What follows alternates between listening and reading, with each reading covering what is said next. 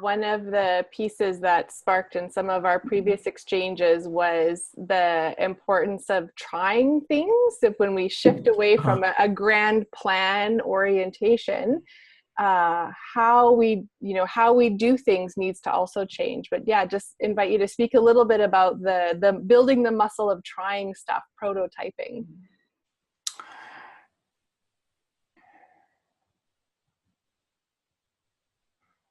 You know, there's lots of times that we just need to do the stuff that we already know how to do better.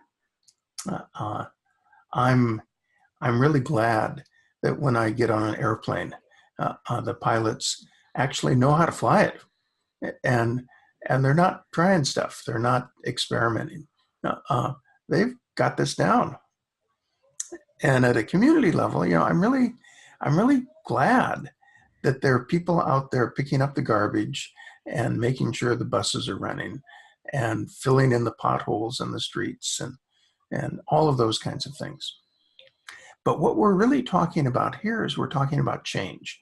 We're talking about creating something new. And if we're really talking about creating something new, for the most part, we usually can't see very far. We've got an idea. We've got a starting point.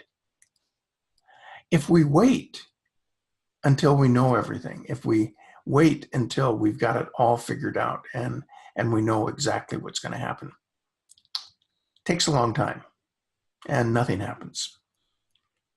So the philosophy that I work from is that this is a time of trying stuff, of having an idea, stretching as far as we can, not so far that we break, not so far that it's hazardous, but stretching into the unknown and beginning, trying something, and then stopping and saying, what happened? Was that what we thought was going to happen? Was it better than we thought was going to happen? What do we learn from what's happened so far? And what does that tell us about what our next steps are? That's the energy of trying. That's the energy of prototyping. It's a very methodical process of try something, learn from it. Try something else, learn from it.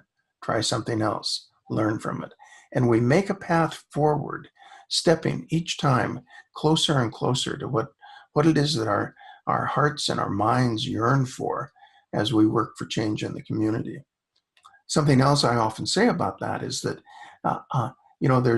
there's this expression that's been out there in entrepreneurial circles for a long time of fail fast, fail early. Frankly, I think that's a bit overdone. Failure is not fun. So it's like you got to stretch, but don't stretch so far that you're going to break. Don't reach so far into the unknown that you're just completely outside the scope of what might happen. So stretch, try. A friend of mine used to say, do what you can plus 10% for risk. That works as well. But get out there and do it.